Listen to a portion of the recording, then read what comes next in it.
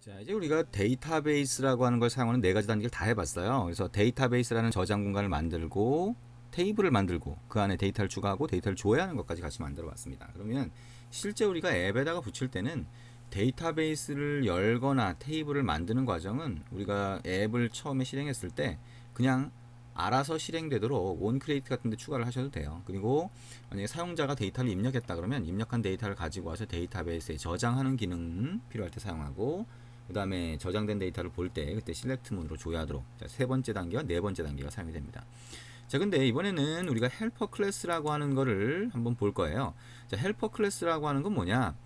우리가 이런 경우가 있죠. 우리가 만약에 데이터베이스를 만들어서 앱을 나중에 여러분이 플레이스토어라고 하는, 자, 오픈마켓에다가 배포를 했어요. 근데 배포를 하고 나서 사람들이 막 쓰고 있는데 갑자기 우리가 테이블을 만들었었는데 그 테이블이 name, age, mobile 말고 거기에 어드레스라는 주소가 추가가 되더라 라고 하는 경우가 있을 수 있죠. 그러면 갑자기 테이블이 바뀌어야 돼요. 그러면 SQL문에서는 우리가 기존의 SQL문을 쓸 때는 drop 테이블이라고 해서 테이블을 없애준 다음에 새로 만들어야 됩니다. 만약 기존에 있다면. 그러면 기존에 쓰고 있는 사람도 있을 수 있고 앱을 새로 설치하는 사람도 있을 텐데, 새로 설치하는 사람은 데이터베이스를 새로 만들어야 되고 쓰고 있던 사람은 수정을 해줘야 되는 거죠. 이런 상황들이 있다는 겁니다. 그래서 이 각각의 상황, 데이터베이스를 쓰고 있던 사람들이 갑자기 테이블이 날아가 버리면 데이터가 없어져 버리겠죠. 그래서 그렇게 기존에 테이블이 있으면 없애지 않고 수정해주는 방법으로 가는, 자, 이런 상황들을 관리해줘야 되는데 그게 좀 복잡하더라는 거예요. 그래서 그거를 SQLite 오픈 헬퍼라고 하는 걸로 만들어준 겁니다. 자, 미리 API에 만들어준 게 되고요. 자, 이거를 사용을 하면 어떻게 되냐? SQLite 오픈 헬퍼라고 하는 걸 상속해서 여러분이 헬퍼라고 하는 걸 만들었다라고 하면 그 안에 on create, on open, on upgrade라고 하는 메소드가 자동으로 만들어져요. 그래서 이거는 상황에 맞춰서 자동으로 호출됩니다. 콜백 메소드죠. 그래서 만약에 어떤 사용자가 이 데이터베이스를 사용하고 있는 중이었다. 그러면 온 오픈이나 온 업그레이드라고 하는 게 호출이 됩니다. 그게 호출이 되고, 그게 아니라 처음 사용자다라고 하면 처음 온 크리에이트라고 하는 게 호출이 되는 거죠. 그래서 자, 여러분이 그 기존에 사용하고 있던 사용자인지 아닌지, 이미 데이터베이스가 만들어져 있는지 아닌지를 구분할 수 있다는 겁니다. 자, 직접 한번 해보겠습니다. 자, 그러면 이전에 사용했던 그 코드를 그대로 수정해서 한번 해볼까요?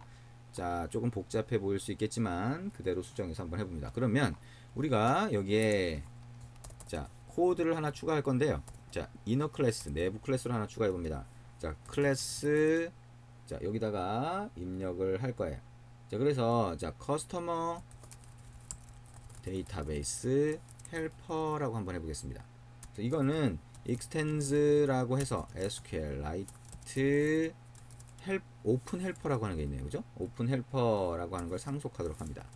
자, 이렇게 한 다음에 빨간 줄이 나와 있죠? 빨간 줄을 보면 필요한 것들을 구현을 안 하셨어요 라고 돼 있죠. 자, 이 안에서 오른쪽 마우스 버튼 눌러서 generate implement method 하면 두 개가 있습니다. 두 개 선택된 상태에서 OK 누릅니다. 근데 우리가 on create, on upgrade 말고 또 쓸 수 있는 게 있다 그랬죠? 그러면 자, 여기서 또 갖다 대봅니다. 디폴트 컨스트럭터가 없대요. 그렇죠? 자, 여기서 다시 오른쪽 마우스 버튼 눌러서 generate, 자, 컨스트럭터 가봅니다. 자, 그랬더니 오픈 헬퍼라고 하는 거를 받을 수 있는, 이걸 위한 컨스트럭터라고 하는 게 이렇게 들어가 있을 수가 있네요. 자, 컨스트럭터 첫 번째 거 선택하고 OK 한번 눌러봅니다.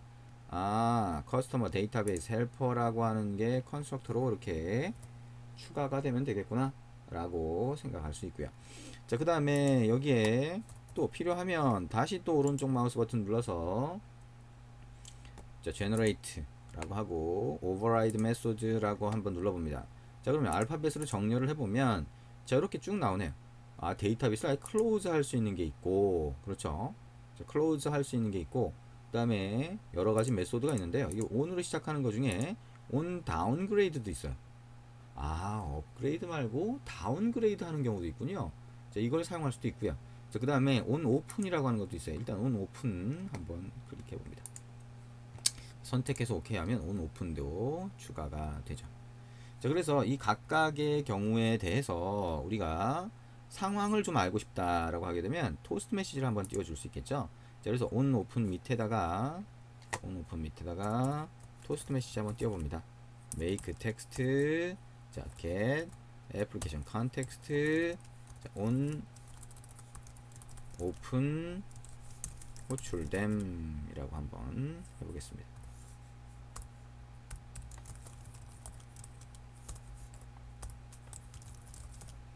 자, 근데 이게 온 오픈이라고 하는 게 커스터머 데이터베이스 헬퍼죠. 자, 그래서 자, 헬퍼의 온 오픈 호출됨 이렇게 하는 게 훨씬 더 명확하게 우리가 메시지를 알아들을 수 있게 하는 방법이 되겠네요. 자, 그 다음에 on create에도 추가를 하고요. on 헬퍼에 on create 호출됨 이렇게 한번 해보고요. on upgrade도 이렇게 한번 추가하고 on upgrade 호출됨 이렇게 바꿔봅니다. 자, 그래서 자, 우리가 여기 본 것처럼 커스터머 데이터베이스 헬퍼라고 하는 게 만들어졌는데요. 여기에 on create라고 하는 건 뭐라고 했어요? 데이터베이스가 안 만들어져 있는 사람인 경우라고 했죠. 그래서 on create라고 하는 거에는 데이터베이스를 만들어주는 코드가 필요합니다. 그러면 데이터베이스를 만드는 코드 어디 있었어요? 여기 없으면 여기서 만들어줬잖아요. 그죠? 그러니까 만들어줬는데 실제 우리가 만들었다라고 하는 거는 그 오픈 헬퍼도 알아서 해줍니다. 그래서 결국엔 테이블을 만드는 과정이 없었다는 얘기예요. 그래서 테이블을 만드는 이 과정을 아까 그 헬퍼에서 해줄 수가 있습니다. 그러면 여기 있는 이 코드를 잘라내고 우리가 create table이라고 하는 메소드를 호출하는 걸로 바꾸고요. 자, 그 다음에 여기에 자, public이라고 할까요? void create table이라고 하는 메소드를 하나 만들고 그 안으로 옮겨 봅니다. 그러면 여기서도 호출되지만 자, 우리가 create table이라고 하는 거를 이 밑에서도 호출할 수 있겠죠. 그래서 on create 안에서 자, create table 이렇게 호출할 수 있게 해줍니다. 그러면 자, 오픈 헬퍼 안에서 우리가 이제 버튼을 클릭했을 때 아까 그 코드를 호출하도록 하지 않을 거예요. 그래서 자, 버튼을 클릭했을 때가 아니라 자, 오픈 헬퍼라고 하는 자, 커스터머 데이터베이스 헬퍼라고 하는 거에 기존의 데이터베이스가 없다라고 확인이 되면 그 안에서 얘가 자동으로 크리에이트 테이블이 되도록 그렇게 만들어 줄 겁니다. 자, 그 다음에 크리에이트 테이블 말고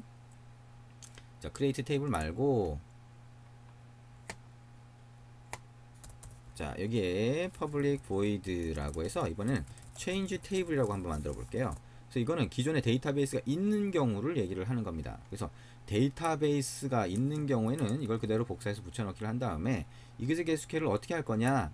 자, 여기에 자, alter table이라고 한번 해볼까요?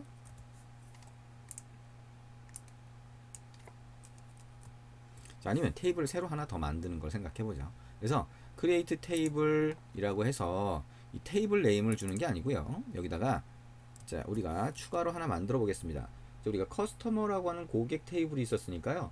이번에는 자, 상품 정보, 자, 프로덕트라고 하는 이름의 테이블을 아예 고정시켜서 넣어 보도록 합니다. 그래서 프로덕트에는 프로덕트 이름, 자, 그 다음에 프로덕트, 자, 프라이스라고 해서 가격 정보를 넣을 수 있도록 이렇게 해보겠습니다. 그래서 두 개의 칼럼만 집어넣고요. 자, 테이블을 추가로 만들었습니다 라고 하고요. 여기에 추가로 만든 테이블의 이름은 자, 프로덕트라고 하는 테이블을 만들었다 라고 하는 게 change 테이블입니다. 이거는 기존에 테이블이 있는 사람인 경우에 change 테이블을 바꿔서 만들어 주겠다라고 하는 거고요. 자, 그거는 우리가 on create 말고 on upgrade에서 한번 찍어 본다는 겁니다. 그래서 이때 change table를 호출하도록 그렇게 한번 해볼 겁니다. 그리고 여기 보면 on upgrade 같은 경우는 기존에 데이터베이스가 바뀐 건데 그걸 버전 넘버로 구분을 해요. 그래서 여기다가 on upgrade 호출된 뒤에다가 버전 넘버를 찍어 봅니다. old 버전, 그 다음에 이게 바뀌었다라고 하는 거죠. 이게 new 버전으로 바뀝니다. 버전이 뭘 얘기하는 거지? 라고 생각할 수 있죠. 자, 그거는 조금 있다가 오픈 헬퍼 객체를 만들 때 우리가 지정을 해주게 됩니다. 자, 한번 직접 이제 만들어 보겠습니다. 자, 여기까지 하면 오픈 헬퍼라고 하는 거 기능을 두 가지로 크게 구분해서 만들어 준 거예요. 그래서 데이터베이스가 안 만들어져 있던 사람, 처음 만들어지는 사람은 on create라고 하는 게 호출되고, 만들어져 있던 사람은 자 on upgrade라고 하는 게 호출된다라고 하는 거 생각을 하시면 되고요. 자, 아직 정확히 이해가 안 되더라도 그런가 보다라고 일단 생각하시면 됩니다. 그러면 이제 코드를 바꿔줍니다. 자, 첫 번째 버튼 클릭했을 때 우리가 데이터베이스라고 하는 걸 만들어줬는데요. 이 데이터베이스라고 하는 거를 자 만들어주는 과정, 자 이거를 자 같이 한번 해보면 될 겁니다. 자 그러면 데이터베이스를 어떻게 만들어주면 되나요? 그쵸?